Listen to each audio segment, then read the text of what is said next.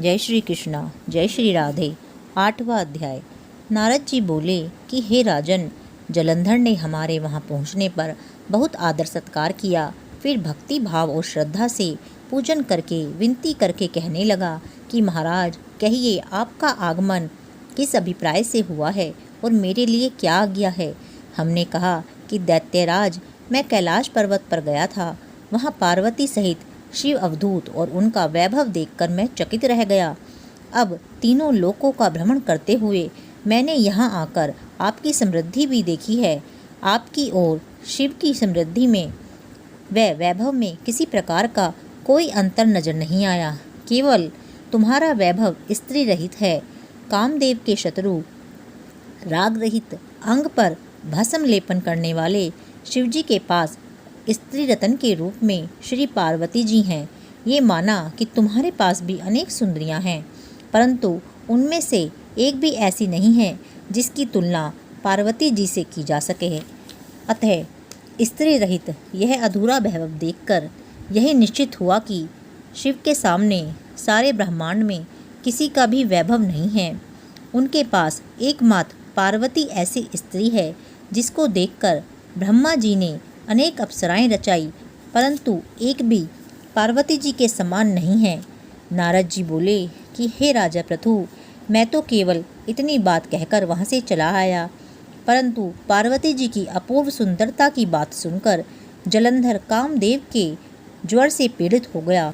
तब उसने राहु को बुलाकर कहा कि तुम अभी कैलाश पर्वत पर जाकर शिव को हमारी आज्ञा सुनाओ और कहो कि त्रिलोकी की राजा अति पराक्रमी जलंधर ने आज्ञा दी है कि 3 लोक के नाथ और सब रत्नों के स्वामी के अतिरिक्त शमशानवासी तथा नरमुंडों की माला धारण करने वाले अवधूत के पास पार्वती जैसी परम सुंदर स्त्री शोभा नहीं देती।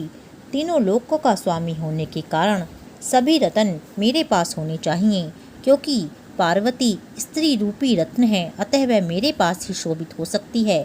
दैत्यराज जलंधर की आज्ञा सिरधार राहु उसी समय चंद्रमा के समान उज्ज्वल कैलाश पर्वत पर जा पहुंचा और अपनी भयानक दृष्टि से दैदीप्यमान कैलाश पर्वत को काला कर दिया।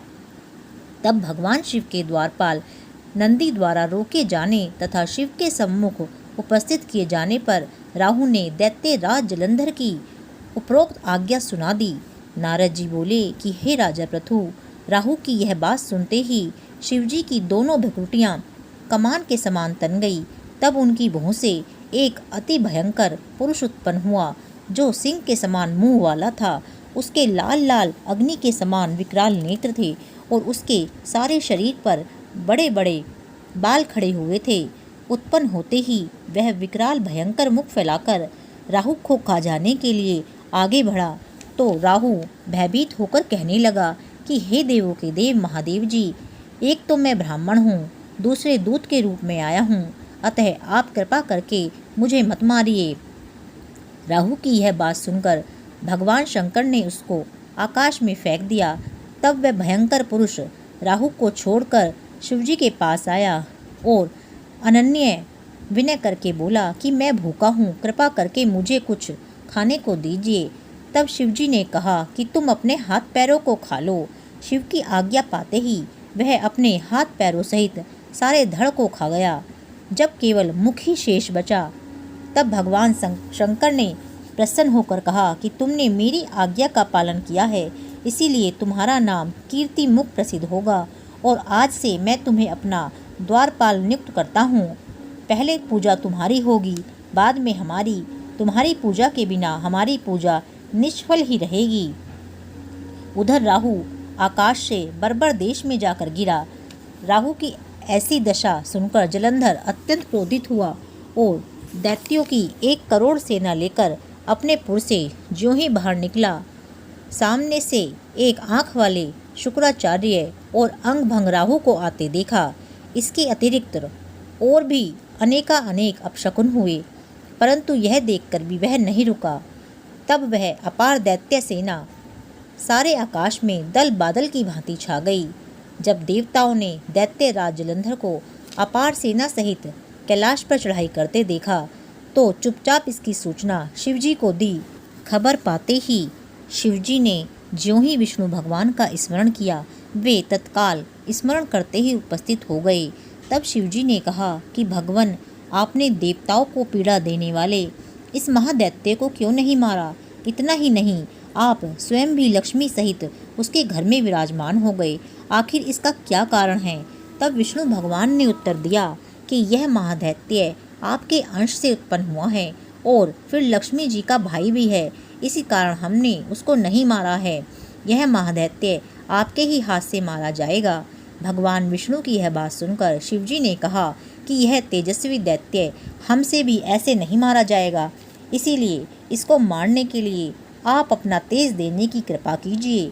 शिवजी के वचन सुनकर श्री विष्णु भगवान सहित समस्त देवताओं ने अपना अपना तेज दे दिया। इसके बाद शिवजी महाराज उस तेज को इकट्ठा करके ज्वालामाली, सुदर्शन चक्र और एक वज्र बनाकर जलंधर से युद्ध करने के लिए तैयार हुए। शिवजी के भूतों गणों की सेना में समस्त देवतागण भी सम्मिलित हो गए। उधर जलंधर अपनी सेना सहित कैलाश के समीप जा पहुंचा और इधर कीर्तिमुख, नंदी आदि समस्त गण तथा देवताओं की सेना भी युद्ध क्षेत्र में आ डटी।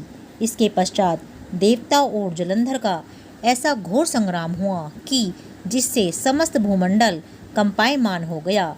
युद्ध के मैदान में जितने दैत्य मरते, दैत्य गुरु शुक्राचार्य उन्हें अपनी संजीवनी विद्या से जीवित कर देते थे। यह दृश्य देख भूत आदि गणों ने शिवजी के समीप जाकर उनसे संपूर्ण वृतांत कहा। तब शिवजी ने कंदरा के समान मुख वाली महाभयंकर तालजंघा नामक एक कन्या अपने मुख से उत्पन्न की। वह कन्या हुंकार मारकर दैत्यों को अपने मुख में डालती हुई श्री शुक्राचार्य जी को उठाकर अलोप हो गई। तब शिवगण निर्भय होकर दैत्य सेना को बुरी तरह मारने लगे। गणों की इस मार से व्याकुल होकर दैत्य सेना भाग खड़ी हुई। दैत्य सेना को इस प्रकार भागते देख के जलंधर के सेनापति शुम्भ, निशुम्भ और कालनेमी ने आगे बढ़कर देव सेना पर आक्रमण करना शुरू कर दिया। अब देव सेना दैत्यों की मार से विचलित हो उठी। तब गणेश और शुंभ का महाघोर संग्राम हुआ। इस समय दैत्यों को पराजित होते देख जलंधर स्वयं युद्ध क्षेत्र में आया। उसे देख देवसेना की ओर से वीरभद्र ने जलंधर पर अनेक प्रहार किए।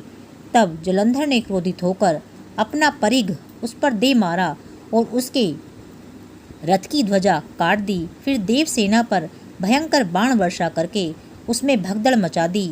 अपनी सेना की यह दशा देख स्वयं शिवजी बैल पर सवार होकर युद्ध क्षेत्र में आए और उन्होंने तीव्र बाणों की वर्षा प्रारंभ कर दी। शिवजी के प्रहारों से दैत्य सेना इस प्रकार भागने लगी जैसे कार्तिक मास के व्रत से पाप समूह भाग जाते हैं।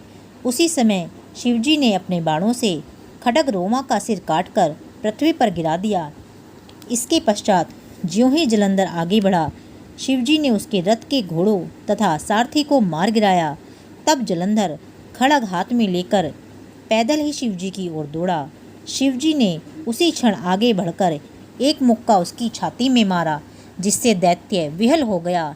इस प्रकार जब जलंधर ने देखा कि शिव अजय हैं, तो उसने गंधर्व माया रची। गंधर्व तथा अप्सराएं युद्ध क्षेत्र में नृत्य और गायन करने लगे। शिवजी भी इस माया में फंसकर नाचने तथा गाने लगे। शिवजी को इस माया में फंसा देखकर जलंधर महादेव जी का रूप धारण कर पार्वती जी के पास गया और उनका सुंदर रूप देखकर कामांध हो गया।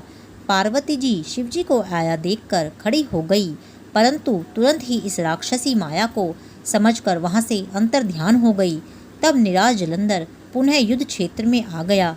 उधर जलंधर के चले जाने पर पार्वती जी ने ज्यों ही भगवान विष्णु का स्मरण किया, वे तत्काल उपस्थित हो गए और उन्होंने जलंधर के शीघ्र ही मारे जाने का आश्वासन दिया। फिर विचारने लगे कि जलंधर ने स्वयं ही अपनी मृत्यु का रास्ता बता दिया है। यह दुष्ट वृंदा की पतिव्रत धर्म के कारण ही नहीं मर रहा है, इसीलिए देवताओं तथा अपने भक्तों की रक्षा करने के लिए हमको ही वृंदा को धर्म से डिगाने का घोर कर्म करना हो पड़ेगा, क्योंकि ऐसा किए बिना यह दुष्ट नहीं मरेगा। इतनी ही देर में शिवजी भी राक्षसी माया से मुक्त हो गए और जलंधर को आया देखकर उस पर बाणों की वर्षा करने लगे। 8वां अध्याय पूर्ण। जय श्री कृष्णा, जय श्री राधे।